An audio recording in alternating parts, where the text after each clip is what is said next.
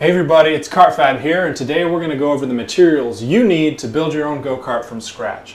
We're going to go over the tools you need, the go-kart parts kit you need, the frame materials, as well as all the hardware to bolt it all together. So let's check it out.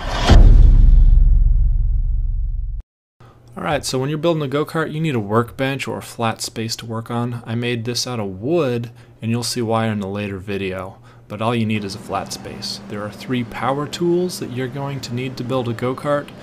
We're going to take a look at all 3 right here, starting with the angle grinder. So basically there's a few attachments that you're going to need to put on your angle grinder. The first is a thin wheel, the other one's thicker. This thin wheel is called a metal cutoff wheel. You're going to need about 3 to 5 metal cutoff wheels to cut your steel, and this thick one is called a grinding disc. That's used to bevel the edges and remove burrs. You're just going to need one of those. The next thing you're going to need is a wire wheel or a wire cup. You just need one of those, and that's what I use to remove the rust from the frame prior to painting the frame. And then yeah, so that's pretty much it there. And then the last thing we're going to look at is the flapper disc or a sanding disc. This is what I use to finish the grinding of the frame bumper after I ground down some of the welds to make it look good. So yeah, that's it for the angle grinder. The second is obviously a welder.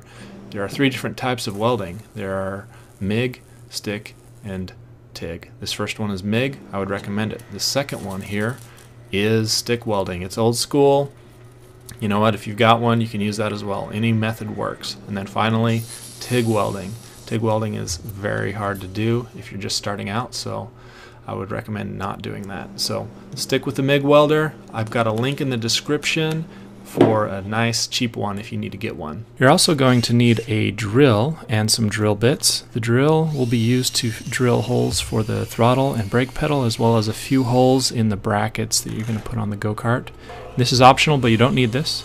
It's a abrasive chop saw. It's really nice to have, but not necessary. Next up is measuring tools. This is a level. You use it to make sure your go-kart is level. You also need a tape measure. I use a razor blade, but you can use a marker or whatever you need to mark the steel. Then right here is a protractor. I'm using that to measure some of my angles that are not 90 or 45. And then I'm using a combination level that will measure a 90 or a 45 degree angle. So you can either use a protractor or combination level. Also, it's nice to have a C-clamp, angle finder. This is super cheap. I got it for like $2 at Harbor Freight. And then some nails and a hammer. This will brace the stuff that you weld together onto your table. That's why I used wood. Next up is the go-kart parts kit. This is what I got from Go Power Sports, and I provided a link in the description to this exact kit. So if you got the plans and you're ready to build, this is the kit that you need to get. So check it out. So I'm going to look at each part in detail. The first one is the drive wheel. You assemble the sprocket and brake drum on it to form the drive wheel assembly. Next is the bench seat or 2-seat with the seat sliders or seat adjusters. So combined they let you have a short or tall rider. Then we have the remaining 3 wheels with the tires and bearings. They go right on the go-kart, and we have the centrifugal clutch, sprocket, and chain, and when they're all installed, that's what propels the go-kart forward when you step on the gas. You need to stop, so you have a brake band and a brake drum, and when you step on the brakes, it squeezes on the drum and lets you stop. We also have the motor mount that lets you put chain tension on the chain. Then we have tie rods, brake and gas pedals with return springs, as well as the spindles and spindle brackets that weld right onto the frame.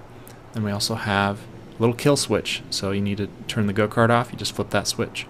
Then we have a throttle cable for your go-kart that allows you to remotely operate the throttle from the throttle pedal, and a steering wheel, you know, obviously, because you need to steer your go-kart. So that pretty much concludes the entire go-kart parts kit that I got from Go Power Sports.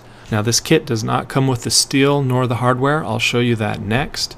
However, you have the option of getting an engine with it. It's a 3/4 inch straight shaft, horizontal shaft engine, 6.5 horsepower engine. Again, the link's in the description for the kit and the engine. Alright, so the steel you need for your go-kart build can be found in any steel yard by looking for steel distributors near me on Google. So the dimensions are all in the plans, but here's the basic materials you need. Square tubing for the frame, 1 inch by 1 inch by 11 gauge. For the rest of the frame, you're going to need sheet metal. That's 16 gauge sheet metal for the floor pan. And for the remainder, there's some steel plate, which is 3/16 inch thick. You can look in the plans for all the dimensions. I'm not going to list them out here, but they're in the description below for the free plans. The next little bit is 3/8 inch round bar used for the footrest, as well as the retaining stud for the brake band, as well as the throttle stop and the brake stop. This limits the travel of the brake and the throttle so it doesn't go too far forward or too far back. I also have some 3/4 inch by 11 gauge tubing that is used for the steering column or the steering shaft. I also have some 1 inch by 1 inch by 1/8 inch angle iron for the steering stops. And finally, I have 1/4 inch round bar for the brake rod. And finally, we have hardware. The hardware I purchased separately. I got it at Tractor Supply. You can get it at any hardware store. So nuts, bolts, washers, spacers, and a cotter pin or two. Again, that's all in the plan. So in summary, we went over the power tools, materials to measure, go-kart parts kit, steel, and hardware, all of which are the materials you need to build your own go-kart from scratch.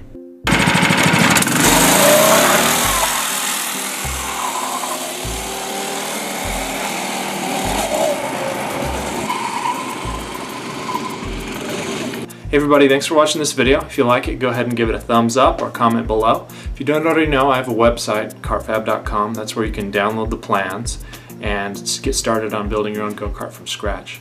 I also have a few videos out. The previous video is go-kart plans. The one we just went over is go-kart materials. I also wrote an article on that, and that's in this description here. And then the next one coming right up will be various ways to cut steel so you can get your steel ready right before you go ahead and weld. So thanks for watching, and we'll catch you next time.